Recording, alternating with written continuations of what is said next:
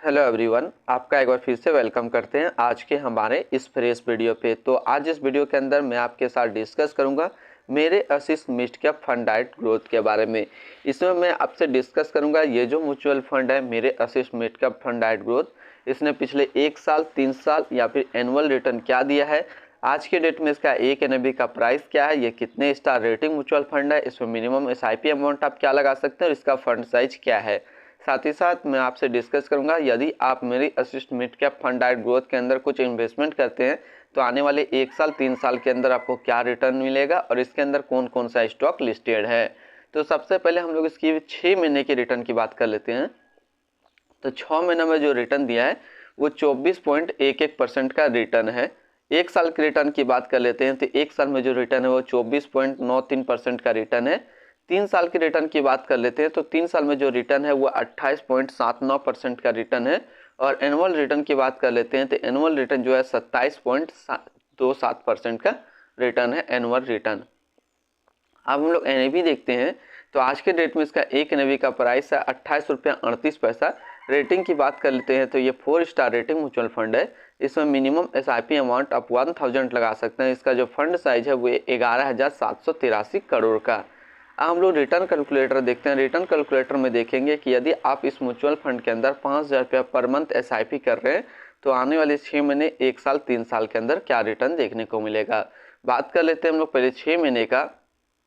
तो 6 महीने में जो आपका पैसा जमा होगा वो जमा होगा 30,000 रुपया, आपको मिलेगा 31,968 रुपया। 1 साल की बात कर लेते हैं तो 1 साल में जो आपका पैसा जमा होगा वो जमा होगा 60,000 रुपया, आपको मिलेगा 69,314 रुपया। 3 साल की बात कर लेते हैं तो 3 साल में जो आपका पैसा जमा होगा वो जमा होगा 1,80,000 रुपया, आपको मिलेगा 2,43,695 रुपया।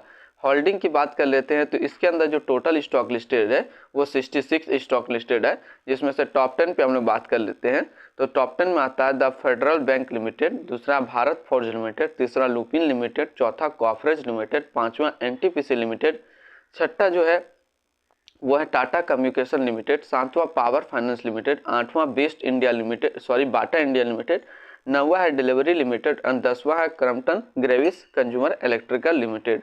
तो ये टोटल टॉप 10 स्टॉक इसके अंदर लिस्टेड है। ऐसे इस म्यूचुअल फंड के अंदर जो टोटल स्टॉक लिस्टेड है वो 66 स्टॉक लिस्टेड है। अब हम लोग रिटर्न एंड रैंकिंग की बात कर लेते हैं। तो 6 महीने में जो फंड रिटर्न है वो 24.1 का है, 1 साल में 24.9 का, 3 साल में 113.6 का और एनुअल देखा जाए तो 183.8 का है। वहीं पे कैटेगरी एवरेज में 1 साल का देखें तो 28.5 का है और 3 साल में 102.5 का है। रिटर्न रैंक की कैटेगरी पे देखें तो 6 महीने में 24वें नंबर पे रैंक करता है, 1 साल में 30वें नंबर पे रैंक करता है, 3 साल में 90वें नंबर पे ये अभी रैंक कर रहा है। अब इसके आसपास यदि हम लोग सिमिलर फंड्स देखें तो इसके आसपास जो सिमिलर फंड्स है वो है Motilal Oswal mid cap fund डाइट growth, Nippon India growth fund डाइट growth, HDFC mid cap observative डाइट plan growth, SBI magnum mid cap डाइट प्लान ग्रोथ और कोटक इमर्जिंग इक्विटी फंड डाइट ग्रोथ। तो इसके आसपास इतने सारे इसके सिमिलर फंड्स है।